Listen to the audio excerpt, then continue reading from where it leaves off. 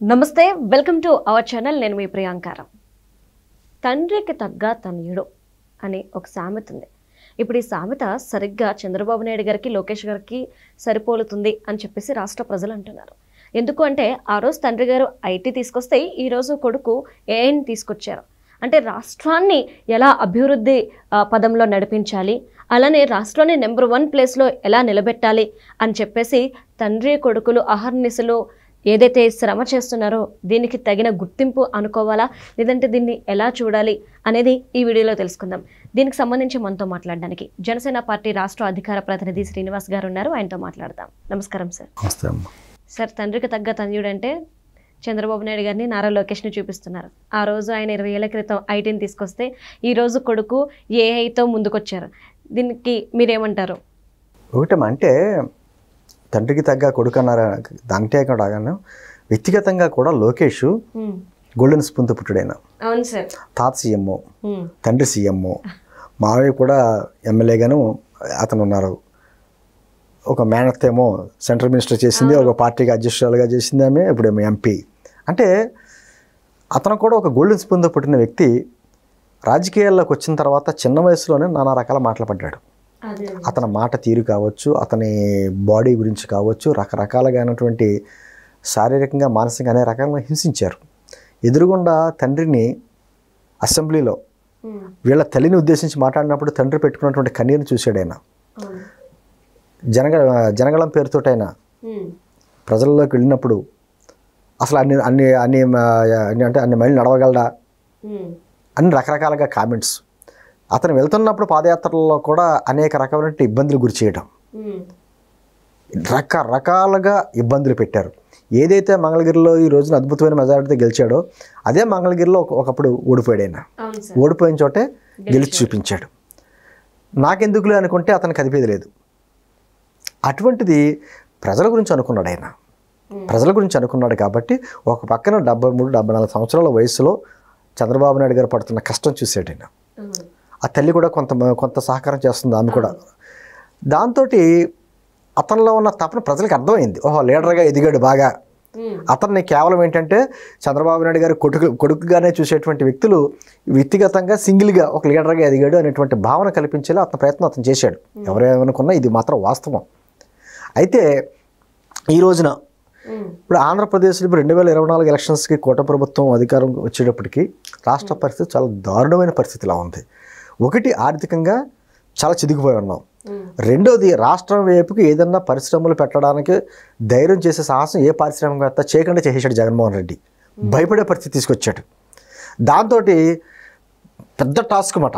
ఇలాగా ఈరోజు మన రాష్ట్రానికి పరిశ్రమలు వచ్చి పెట్టుబడి పెట్టాలంటే వాళ్ళకి ఎంతో భరోసా. ఏమివ్వాలి? మేము వస్తాం, పెట్టుబడి పెడతాం, పరిశ్రమ స్థాపిస్తాం.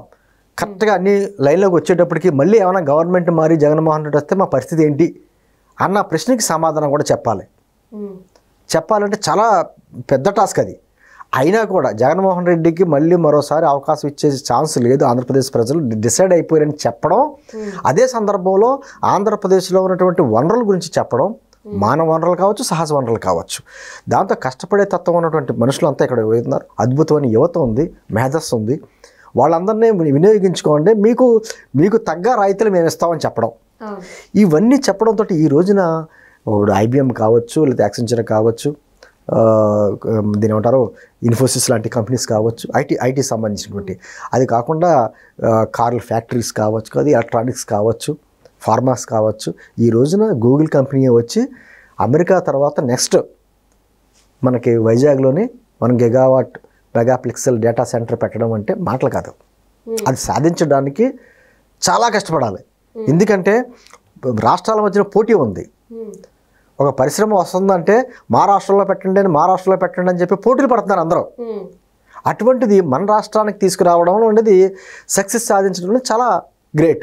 మనం ఏమనుకున్నామంటే వాళ్ళు వస్తారో ఒక $10 బిలియన్ పెట్టుబడి పెడతారో అన్నట్టుగా మనకు తెలిసింది. కానీ ఆయన వచ్చిన తర్వాత ఆయన అనౌన్స్ చేసింది ఎవరు? గూగుల్కి సంబంధించిన ఆయన $15 బిలియన్ పెట్టుబడి పెడతామని. దాంతో అంటే వాళ్ళకి అంత నమ్మకం కుదిర్చారు. వైజాగ్ అన్న ప్లేసు, అక్కడ వాటర్ ఫెసిలిటీస్ కావచ్చు, అన్నిటికీ అద్భుతం. ఇప్పుడు సముద్ర మార్గం నుంచి కేబుల్స్ వేయాలి అంటే మళ్ళీ ఇతర దేశాలకి డేటా ఇవ్వాలి. దానికి చాలామంది ఏమంటారు, అంత పెడుతున్నారు కదా. మన అమర్నాథ్ ఉన్నాడు కదా కోడిగుడ్ల మంత్రి, ఆయన ఏమొస్తుంది అంత పెట్టుబడి పెడుతున్నారు, ఇన్ని వేల కోట్ల రూపాయలు వాళ్ళకి రాయితీలు ఇస్తున్నారు, భూమి నీరు అన్నీ కలిపి. కానీ వాళ్ళకి కల్పించే ఉద్యోగాలన్నీ, ఉద్యోగాలకి ఇచ్చే రాయితీలకి లింక్ ఉందని చెప్పారు కదా అన్నారు. కరెక్టే. ఇక్కడ విషయం ఏంటంటే డైరెక్ట్గా పనిచేసే ఎంప్లాయీస్ 2,000 మంది 3,000 మంది ఉండొచ్చు. కానీ ఇండైరెక్ట్గా దానివల్ల యూజ్ అద్భుతమైనటువంటి ఇండైరెక్ట్గా అనేక మంది దాదాపు 1,88,000 మందికి ఉద్యోగాలు కల్పించేటువంటి విధానంతో రూపొందుతుంది. రెండో ప్రశ్న, ఎందుకంటే కొంత బయట ప్రజల నుంచి వచ్చే ప్రశ్నలు, ఇది ఇతర దేశాలు చాలా డెవలప్డ్ అయిన స్టేట్లన్నీ కూడా పాటు చిన్న దేశాలు కూడా ఇది ఇటువంటి డేటా సెంటర్ పెట్టడం వలన పొల్యూషన్కి ఇబ్బంది కలుగుతుంది, విద్యుత్తుకి ఇబ్బంది, వాటర్కి ఇబ్బంది, అందుకని ఎవరు యాక్సెప్ట్ చేయట్లేదు, మన వాళ్ళు యాక్సెప్ట్ చేశారు. భారతదేశంలో చాలా చోట్ల డేటా సెంటర్లు ఉన్నాయి, హైదరాబాద్లో ఉన్నాయి, బెంగళూరు ఉన్నాయి, కలకత్తా ఉందని చాలా చోట్ల ఉన్నాయి. అంటే ఇక్కడ మనకి ఇచ్చింది ఏంటంటే ఒకటి వాస్తవం ఉంది, ఏదైనా ఒక పరిశ్రమ పెట్టారంటే దానివల్ల ఒక 1000 మందికి 2,000 మందికి ఉపయోగపడి కొన్ని లక్షల మంది జీవితాల మీద ప్రభావం చూపించేది అయితే మనకు వద్దు.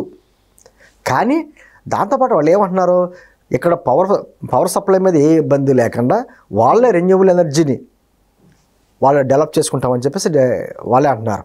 అంటే మిగతాది ఏమన్నా కొద్దిగా అవసరమైతే బయట నుంచి తీసుకుంటారు. అంటే దాంతోపాటు ఏమవుతుందంటే అమ్మ, రానున్న రోజుల్లో ఈ డెవలప్ అవుతున్న కంట్రీస్లో ఒకప్పుడు కంప్యూటర్స్ కొత్త కాలంలో 95, 96 ఆ టైంలో బ్యాంక్స్లో కంప్యూటర్లు పెడితే బ్యాంకుల ముందు ధర్నాలు చేశారు. ఏమని, ఒక కంప్యూటర్ వస్తే 10 మందికి పనిపోతుంది, అందుకని కంప్యూటర్లు వాడకం వద్దని చెప్పేసి ధర్నాలు చేశారు. మరి ఈ రోజున కంప్యూటర్ లేని బ్యాంక్ ఏమైనా మనం చూడగలమా? మన గోదావరి జిల్లాలో అమ్మ ఈ వరి నాటు కోసేటువంటి యంత్రాలు వచ్చాయి కదా, యంత్రాలు వచ్చిన కొత్తలోని రోడ్డుకి అడ్డంగా పడుకుని వీళ్ళు కూలీలు, వాళ్ళకి కొన్ని పార్టీలు సపోర్టు, మాకు కూలీకి పోతుంది, మా కూలి పనులు దొరకవు, ఇటువంటి యంత్రాలతో చేంజ్ చేస్తే మా పరిస్థితి ఏంటి అని చెప్పేసి అడ్డంగా పడుకున్నారు. ఈరోజు కుదురుద్దా? ఇలా కూలీలు దొరుకుతలేదు, యంత్రాలు దొరుకుతున్నాయి. ఏంటంటే మారుతుంది కాలం, ఖచ్చితంగా మారుతున్న కాలంతో పాటు ఈరోజు పొల్యూషన్ ఎక్కడ లేదు చెప్పమ్మా. ఒక 2-వీలర్ మోటార్ సైకిల్ తీసుకుంటే పొల్యూషన్ రావట్లేదా? కారు తీసుకుంటే పొల్యూషన్ రావట్లేదా? మనం ఉపయోగించే ప్లాస్టిక్తో రావట్లేదా? మనం తినేసే పదార్థాలు ఉన్నాయి వేస్ట్, దాంతో పొల్యూషన్ రావట్లేదా? ప్రతిదీ పొల్యూషనే. పొల్యూషనే అనుకుంటే డెవలప్మెంట్ ఎలా కుదురుద్ది? ఇప్పుడు బ్రిటిష్ వాళ్ళు రైలు వచ్చారు మన ఏరియాల్లోనే పొగొట్టడంతో రైలు పొగతో చేసేవారు. అదిగో పొగ వస్తుందా, పొగ వల్ల పొల్యూషన్ వస్తుంది, అసలు రైలే వద్దనుకుంటే ఉండవుగా అని అంటుంది. కానీ డెవలప్మెంట్ అన్నది మనిషి ఆధారకంగా డెవలప్మెంట్ జరగాలి. ఖచ్చితంగా ఒక పక్కన ఇటువంటి పరిశ్రమలు వచ్చినప్పుడు కావచ్చు, ఏదైనా దానికి తగ్గట్టుగా పర్యావరణం మీద కూడా ప్రభుత్వాలు దృష్టి పెట్టాలి.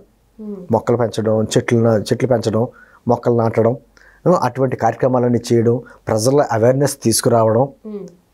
ఇప్పుడు వేస్ట్ మేనేజ్మెంట్ వచ్చింది, చెత్త నుంచి కూడా మనం వ్యర్థాలకు సంపద సృష్టిస్తున్నారు. అంటే ఒక పక్క నుంచి ప్యారలల్గా ఖచ్చితంగా నష్టం ఉంటుంది. ఆ నష్టాన్ని భర్తీ చేసే విధంగా కూడా పాలకులు, ప్రజలు కంబైన్డ్గా చేసుకుంటారు. అసలు వద్దు అంటే ఏ డెవలప్మెంట్ అవ్వదు.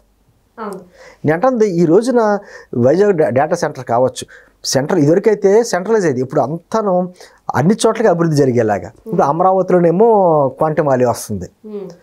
అలాగే ఇప్పుడు కర్నూలు, చిత్తూరు జిల్లా, రాయలసీమ జిల్లాల్లో అనేవి రెన్యూవబుల్ ఎనర్జీకి సంబంధించినటువంటి వస్తున్నాయి. తర్వాత ఏమో ఈ ఎలక్ట్రానిక్స్ పరిశ్రమలు వస్తున్నాయి.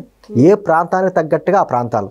మన గోదావరి జిల్లాలకు వచ్చేటికి డిఫెన్స్ సెక్టార్కి సంబంధించినటువంటిది అది వస్తుంది.